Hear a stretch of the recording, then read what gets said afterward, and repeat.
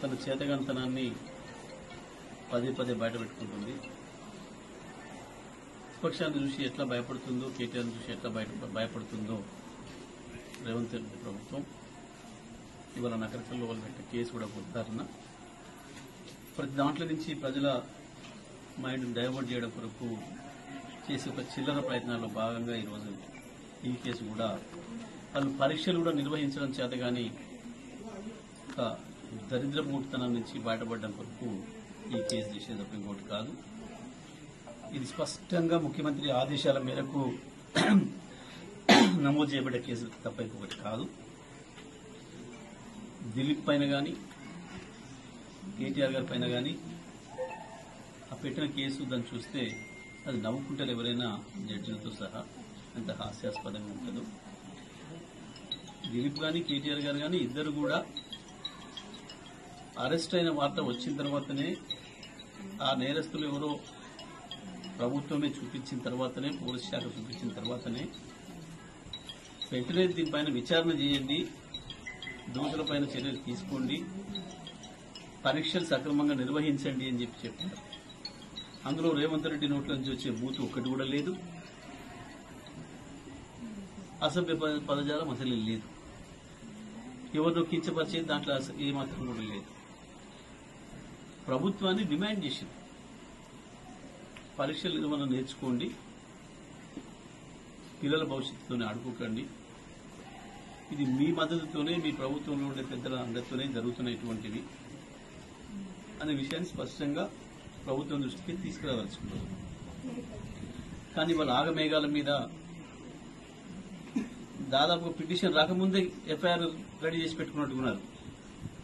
వాస్తవానికి బిఎన్ఎస్ ప్రకారం 15 రోజుల్లో ఎప్పుడైనా చేసి పిటిషన్ ఇచ్చిన తర్వాత ఎఫ్ఐఆర్, కానీ సెకండ్ల మీద పిటిషన్ ఇవ్వడం, ఎఫ్ఐఆర్. పైగా ఇక్కడున్న ఈ చోట నాయకుడు ఎవరో కేటీఆర్ గారికి తెలుసట, ఆల్రెడీ వారి సామాజిక వర్గం ఏందో కూడా తెలుసట. ఇది ఇంకా చాలా ఆశ్చర్యంగా ఉంది. అంటే ఇది ఏంది, ప్రభుత్వం తన అసమర్థతను, తన చేతగంతనాన్ని బయట పెట్టకుండా ఉండడం కొరకు ఎవరినో భయపెట్టించి రాజ్యం చేస్తామని ఒక మూర్ఖ ప్రయత్నం. ఇదే సందర్భంలో పేపర్లు లీక్ అయిన విషయం చర్చకు రాకుండా ఉండాలంటే ఇటువంటిది ఏదో జరగాలి ఇంకొకటి అని చెప్పి ఒక చిల్లర ఎత్తుగడలో భాగంగా చేసే కేసు తప్ప ఇది ఇంకోటి కాదు. నల్గొండ జిల్లా ఎస్పీ మీరు సమాధానం చెప్పాల్సి ఉంటుంది.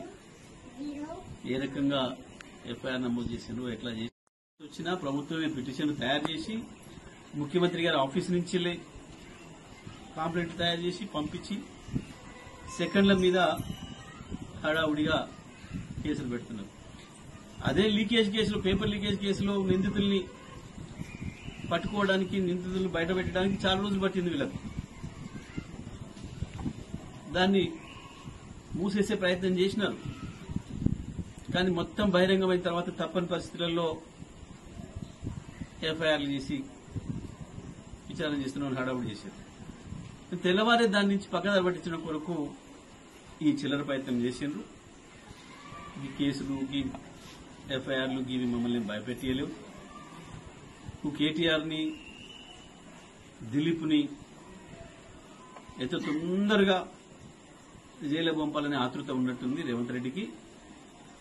రేవంత్ రెడ్డి ఈ చిల్లర ప్రయత్నాలు మానుకో, ఈ చిల్లర వేషాలు మానుకో. ఇటువంటివి హనుమంతుని ముందట కుప్పిగంతులు లాంటివి. ఇవి ఉద్యమాల నుంచి వచ్చిన వాళ్ళం, ఈ కేసులు ఇవన్నీ తెలియని వాళ్ళం కాదు. ఇప్పటికైనా పరిపాలన నేర్చుకో తప్ప ఈ చిల్లర ప్రయత్నాలతోని నువ్వేదో